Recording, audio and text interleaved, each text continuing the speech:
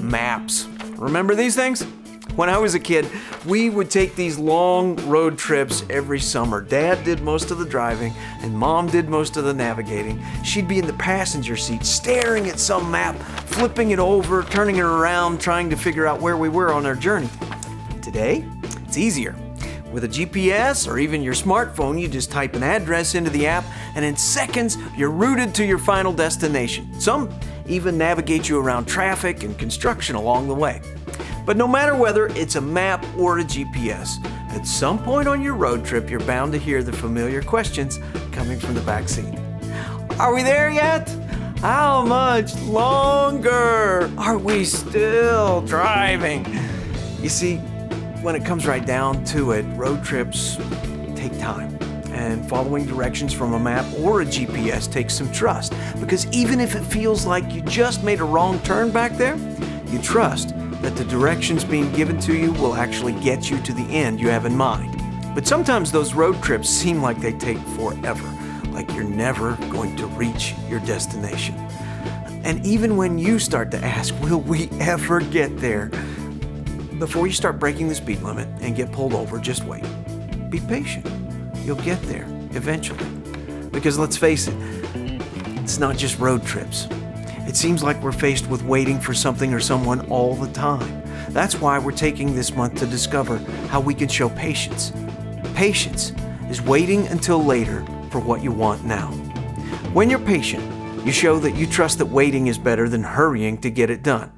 We're hoping that kids learn the value of delayed gratification, not only with what they're waiting for, but also with themselves as they become more patient. The Bible's full of stories and principles that help us discover the importance of how to be patient. We'll kick off the month with one of the best examples of what happens when you're not patient.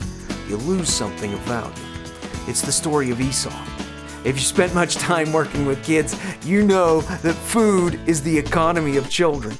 This is why there may be no greater example for patience than that of Esau sacrificing his birthright for a bowl of soup. Because Esau was impatient. Because he was focused only on the immediate gratification, he lost something that was much more valuable. Kids will discover that when they think they can't wait, they should think twice. In the second week, we're going to a story that takes place when the Israelites are at the foot of Mount Sinai.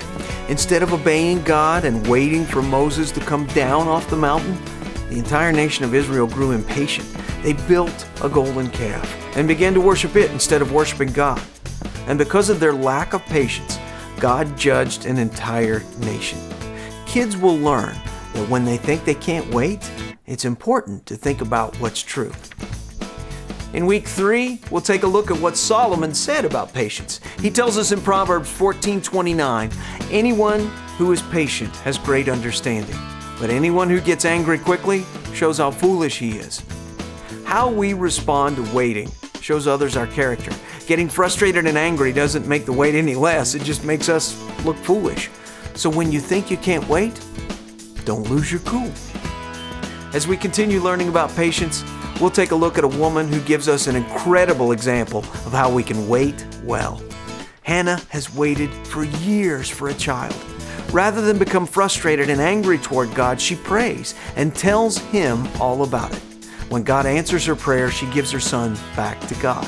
He honors her waiting, and she is blessed with even more children. Telling God about your waiting is a great lesson we can all learn about how to show patience. We'll wrap up the month on patience with the story of the crucifixion.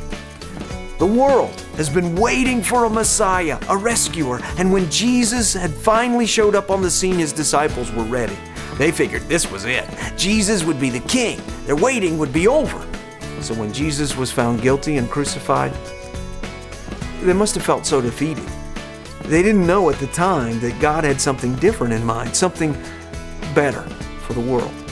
Through this story, we want kids to remember that when they think they can't wait, they should remember that God's plan is bigger and better than they could ever imagine. And their waiting will be worth it in the end. While we're discovering what God has to tell us about patience, we'll be memorizing Psalm 27:14. Wait for the Lord. Be strong and don't lose hope. Wait for the Lord. Thankfully, we don't have to wait in our own power. Our hope is in God. He will give us the strength to remember that it's worth the wait. Sometimes learning patience is like a long road trip. It doesn't happen in a moment. Becoming patient takes time. As leaders and parents, I think one of the things we need to remember during this month as we talk to kids about patience is how important it is for us to be patient with them as they develop patience.